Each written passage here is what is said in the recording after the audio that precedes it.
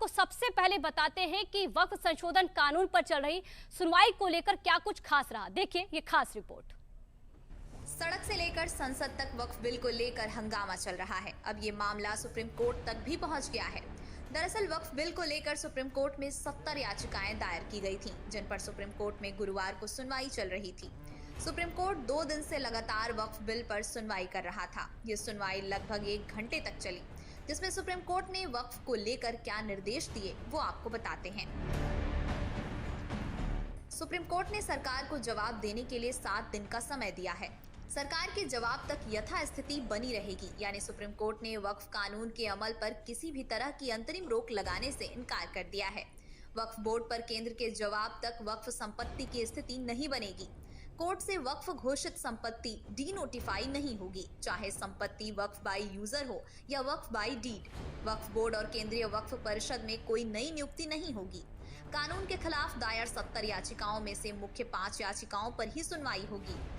नहीं किया है। जो भारत सरकार के सॉलिसिटर जनरल है, उन्होंने अपना स्टेटमेंट दिया है कि अगली तारीख तक न तो काउंसिल में न वक्फ बोर्ड में कोई अपॉइंटमेंट जो संशोधित कानून है उसके अनुसार किया जाएगा। दूसरा बात जो माननीय अदालत ने कहा कि जो वक्फ व यूजर है, जो रजिस्टर्ड हैं और गैजेटेड हैं, उसको गवर्नमेंट डी नोटिफाई नहीं करेगी टिल द नेक्स्ट डेट। तो बड़ी इंपॉर्टेंट बात है कि जो रजिस्टर्ड एंड गैजेटेड हैं वही सिर्फ डी नोटिफाई नहीं होंगे, उसके अलावा संशोधन के हिसाब से सरकार कार्रवाई करने को स्वतंत्र है और जो संशोधित कानून है उस पर किसी भी तरह का अंतरिम आदेश नहीं है। और ये कहा गया है कि अगली तारीख पर सुनवाई इस पूरे मामले की जारी होगी।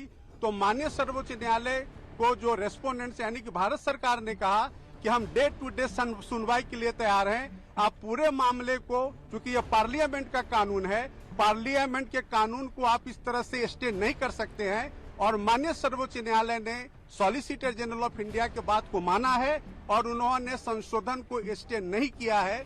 सिर्फ उन्होंने उनके 2 पॉइंट पे सॉलिसिटर जनरल के बात को रिकॉर्ड पे लेकर के और अगली तारीख 5 मई मुकर्रर कर दिया है और 5 मई से इस मामले की सुनवाई शुरू हो जाएगी।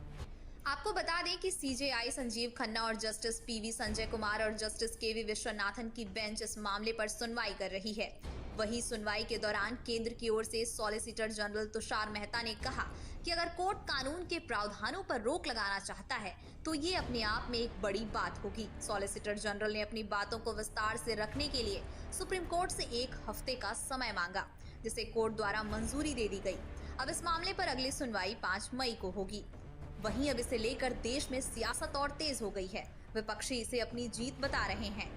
हम पूरे उस बिल को उस एक्ट को अनकॉन्स्टिट्यूशनल मानते हैं और ये आर्टिकल 25, आर्टिकल 26, 14 और 15 और 29 का ग्रेव वायलेशन है। ये हम पहले से ही बोल किया है और आज फिर आपके सामने रिपीट कर रहा हूँ। उच्चतम न्यायालय ने जो आज अंतरिम रिलीफ दिया है उसके लिए माननीय उच्चतम न्यायालय का बहुत शुक्रिया।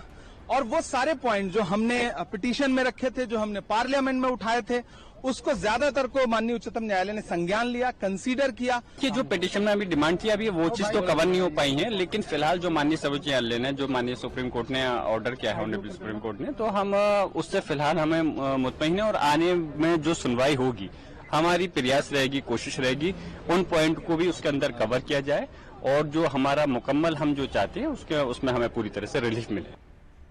वहीं सरकार का इस पर स्पष्ट कहना है कि ये बिल मुस्लिमों की भलाई के लिए लाया गया है, जिस पर विपक्ष अपने वोट बैंक के लिए तुष्टीकरण की राजनीति कर रहा है।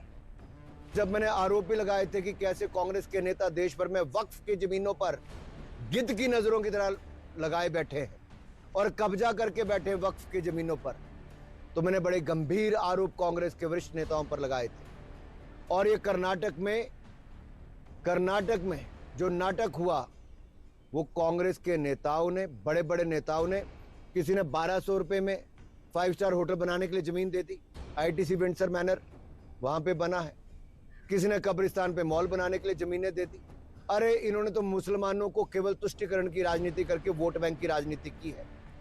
ना मुस्लिम विधवाओं को, ना महिलाओं को, ना बच्चों को कुछ मिला, ना अस्पताल बने, ना स्कूल बने, ना यूनिवर्सिटी, ना मेडिकल कॉलेज बने, ना उनको सहयोग मिला है। ये केवल वोट बैंक की राजनीति करते रहे। हमने देश के सामने रखा कि वक्फ बोर्ड 2 लाख करोड़ रुपए की संपत्ति है, केवल 200 लोगों के हाथ में है। खा रहे हैं और खिला रहे हैं, कब्जा कर रहे हैं और मजे कर रहे हैं। आपको बता दें कि संसद के दोनों सदनों से बहुमत के साथ वक्फ संशोधन बिल को पास किया गया था, जिसे 5 अप्रैल को राष्ट्रपति की मंजूरी के बाद गृह मंत्रालय ने 8 अप्रैल को कानून लागू होने का नोटिफिकेशन जारी कर दिया था, जिसके बाद देश में इसको लेकर सियासत गर्मा गई है। जहां विपक्ष इस बिल का पुरजोर विरोध कर रहा है, तो वहीं सरकार इसे मुस्लिम समुदाय की भलाई के लिए लाया गया कानून बता रही है। खैर, मामला अब सुप्रीम कोर्ट के विचाराधीन है, जिस पर अगली सुनवाई 5 मई को होगी।